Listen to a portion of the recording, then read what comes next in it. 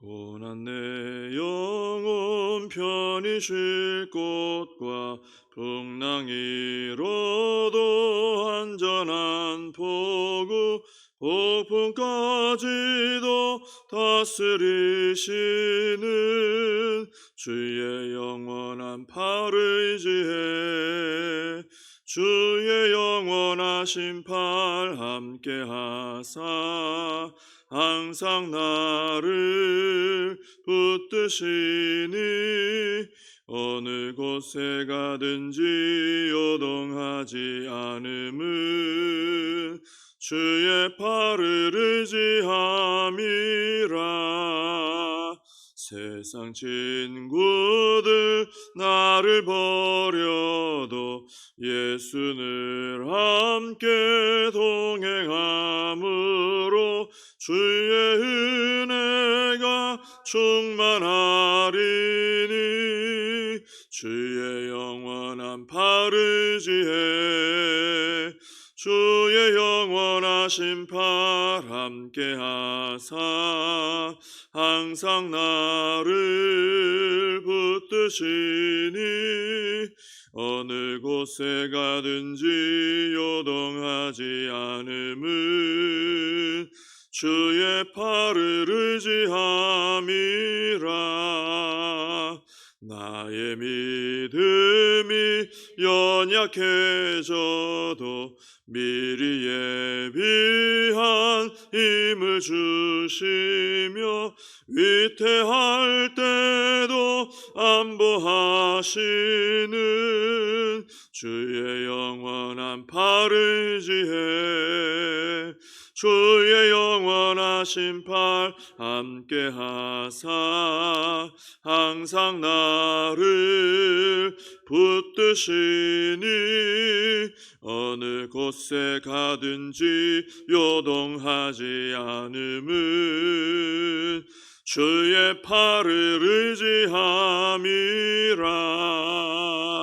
능치 못한 것 주께 없으니 나의 일생을 주께 맡기면 나의 모든 짐 대신 지시는 주의 영원한 팔을 의지해 주의 영원하신 팔 함께 하사 항상 나를 붙드시니 어느 곳에 가든지 요동하지 않음은 주의 팔을 의지함이라.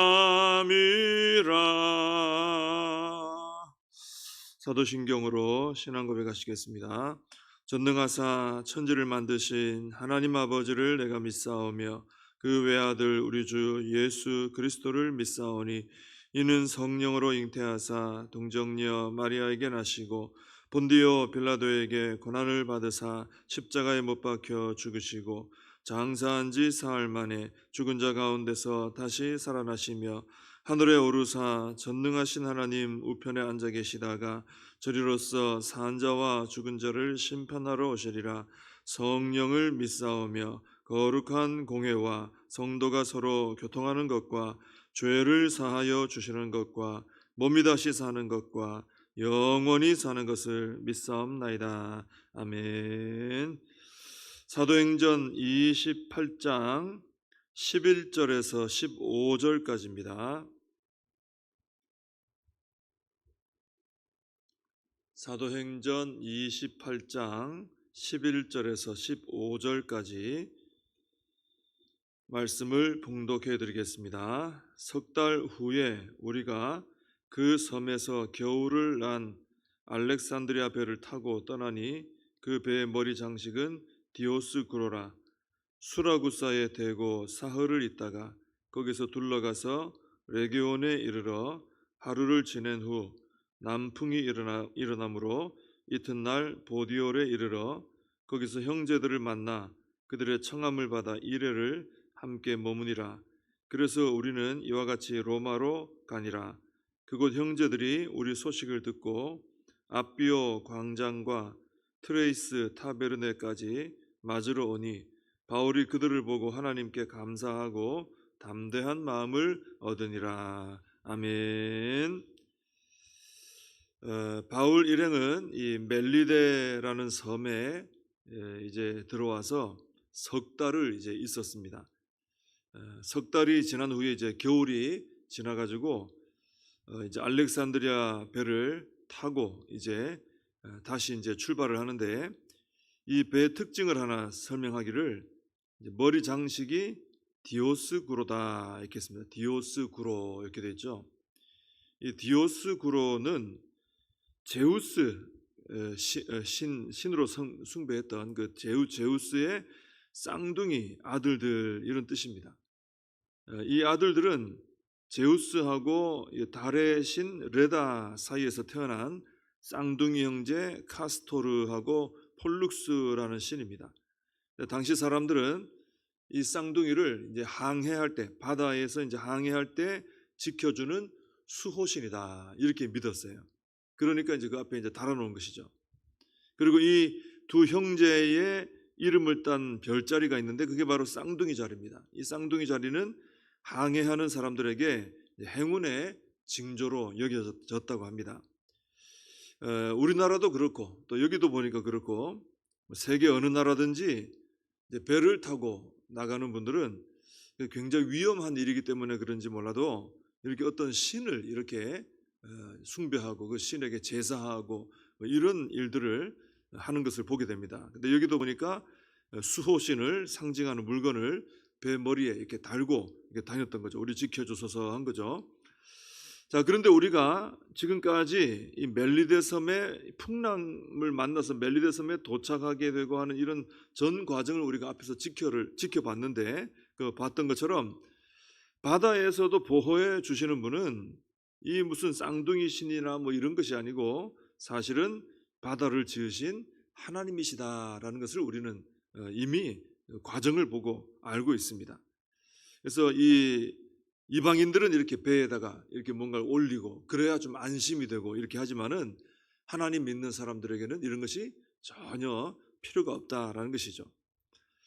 간혹 보면 오늘날에도 교회를 다니는데도 뭔가 좀 불안하고 뭐 이래가지고 하나님을 믿지 못하고 기도해야 되는데 그러지 못하고 성도가 뭐 점을 본다든지 어떤 미신적인 행위를 한다든지 그런 걸 자꾸 의지하는 그런 사람들을 보게 됩니다. 근데 그런 행위는 매우 어리석은 행위죠. 왜냐하면 가장 강하시고 가장 지혜로우시고 또 우리를 사랑하시는 살아계신 하나님이 나의 아버지로 계시는데, 그 하나님을 못 믿고 사람들이 만들어낸 허상, 가짜신 이런 것을 의지하는 행위이기 때문에 자꾸 성도가 그런 어떤 미신적인 행위를 하고 뭘 찾아가고 알아보고 하는 거 있죠. 뭐 그런 어떤 그 말들이나 어떤 해왔던 행동에 걸려서 어떤 자유가 없고 한 이런 것은 성도가 할 일은 아니다라는 것입니다. 그래서 성도는 하나님을 믿는 사람들이기 때문에 삶 속에서 어떤 미신적인 행위도 해서는 안 된다라는 거예요. 우리나라도 어떤 이 미신적인 그런 생활을 옛날에 너무나 많이 해왔기 때문에 지금도 남아있는 잔재가 많이 있습니다. 우리 교회를 다녀도 나도 모르게 아유 이때는 이렇게 하면 안 되고 저때는 저렇게 하면 안 되고 뭐 이런 날은 이러면 안 되고 저런 날은 이러면 안 되고 뭐 이런 매이는 게 많잖아요. 그죠? 우리가 그런 미신 행위에 우리가 동참하지 않도록 우리 이제 끊어버리고 온전히 하나님만 믿고 의지하는 삶을 우리가 살아가야 한다라는 것이죠. 이 멜리데를 이제 배가 떠납니다. 떠나서 이제 위쪽으로 이동을 하는데 이 이탈리아 남부 시칠리아 섬에 있는 수라구사라는 항구에 먼저 도착했습니다. 그리고 그 수라구사에 사흘을 있다가 이제 이탈리아 본토 남부에 있는 레기온에 도착을 했고, 그 다음에는 이제 남풍을 만났어요. 이제 바람이 순적하게 불어온 거예요. 남에서 이렇게 불어오는 바람을 만나가지고 순적하게 보디올이라는 곳에 도착을 했습니다. 이 보디올은 이탈리아 반도의 중부 서해안에 있는 항구 도시인데 오늘날에는 이제 포주올리라고 불리는 곳이라고 합니다. 이 보디올은 로마는 이제 항구 도시가 아니고 안쪽에 내륙에 있는데 그 내륙에 있는 로마로 들어가기 위한 관문 도시라고 합니다. 그러니까 로마로 가기 위해서는 누구든지 이 보디오를 통해서 이제 걸어서 이제 가게 되는 거죠. 그래서 바울 일행도 보디올에서 이제 배에서 내려가지고 육로를 통해서 로마로 이제 올라가게 되는 것이죠. 이 보디올이라는 곳에서 멜리데에서는 한 500km 떨어져 있는데 로마가 보디올에서는 로마까지 한 220km 떨어져 있다고 합니다. 이 바울은 보디올에 왔을 때 그 믿는 형제들이 찾아와가지고 그들의 요청으로 일주일을 함께 머무르면서 충분한 휴식을 취하기도 했습니다. 근데 이 가만히 보면 바울은 꽤 자유가 있는 것 같죠. 아직은 바울이 지금 뭡니까? 죄수입니다, 죄수. 로마로 지금 압송돼가는 죄수 입장이거든요. 근데 보디올에 있는 그리스도인 형제들이 찾아왔을 때 그들의 요청으로 일주일이나 같이 시간을 보냈다. 죄인을 압송하는데 일주일 휴가를 주고 이런 건 없거든요. 이런 걸 볼 때 이 죄수 바울을 호송하는 책임자였던 사람이 백부장 율리오인데 이 백부장 율리오가 바울을 정말 깊이 신뢰하고 있었구나, 이것을 알 수 있어요.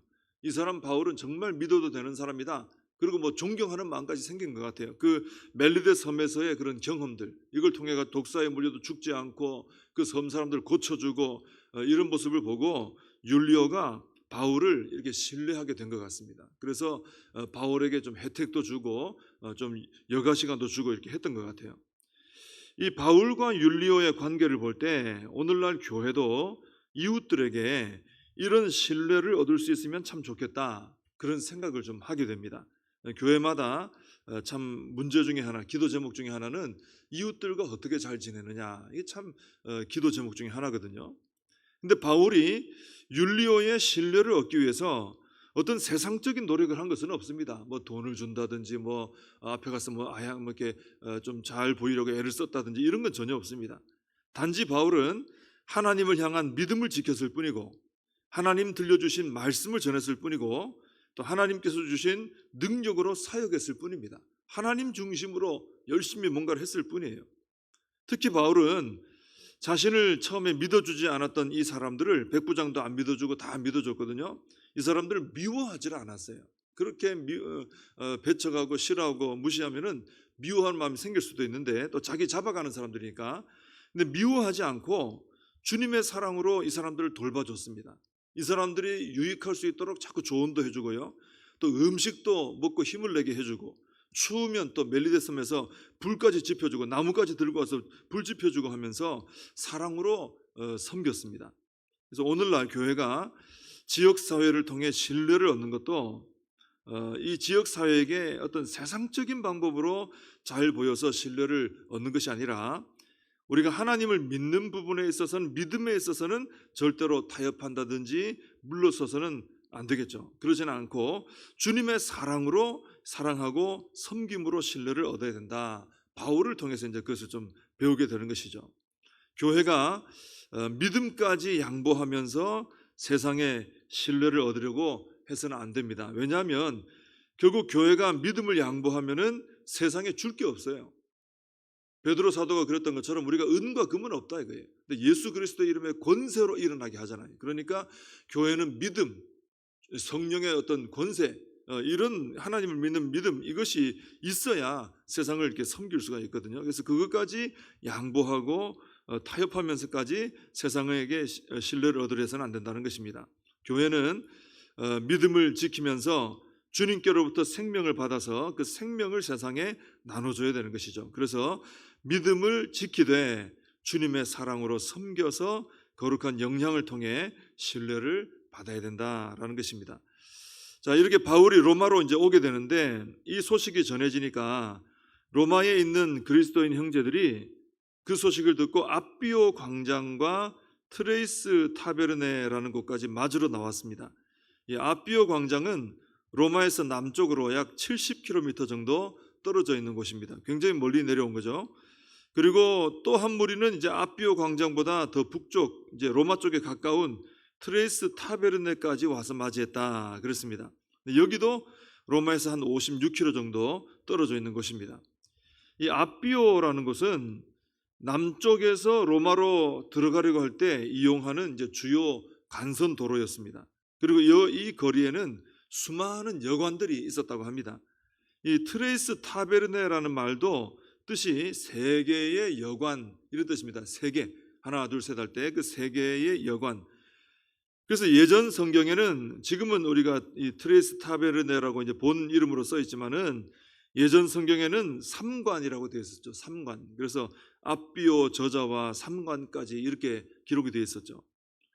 근데 바울은 이렇게 먼 곳까지 마중 나와서 환영해 주었던 이 형제들을 보고 하나님께 감사하고 또 담대한 마음을 얻었다 그랬습니다. 바울 같은 분을 보면은 참 이분이 믿음이 너무 좋기 때문에 또 강하기 때문에 이분에게 무슨 위로가 필요하고 어떤 이런 격려가 필요할까? 다른 사람을 위로해 줄지 몰라도 다른 사람으로부터 위로받는 것은 필요 없지 않을까? 이런 생각할 수 있어요. 근데 그렇지 않다는 걸 오늘 볼 수 있죠. 바울도 위로와 격려가 필요했습니다. 심지어 예수님도 십자가 지시기 전에 겟세마네에서 제자들에게 여기서 좀 기도해다오. 그죠? 내가 정말 죽을 지경이다. 그 말씀하셨습니다. 그래서 지금도 그렇습니다. 바울뿐 아니라 어느 누구도 이 죄악 많은 세상에서 믿음으로 싸워 나가면서 이런 위로와 격려가 필요 없는 사람은 사실 아무도 없습니다. 위로해주고 격려해주면 누구에게나 그렇게 그것이 큰 힘이 된다라는 것이죠. 그래서 우리가 누군가를 이렇게 위로하고 격려하는 것은 참 주님 안에서 귀한 일이다라고 할 수 있습니다. 만약에 누군가가 나를 위로해줬다, 격려해줬다 주님의 이름으로, 그러면은 그것을 참 우리는 감사함으로 받고 힘을 내면 되겠죠.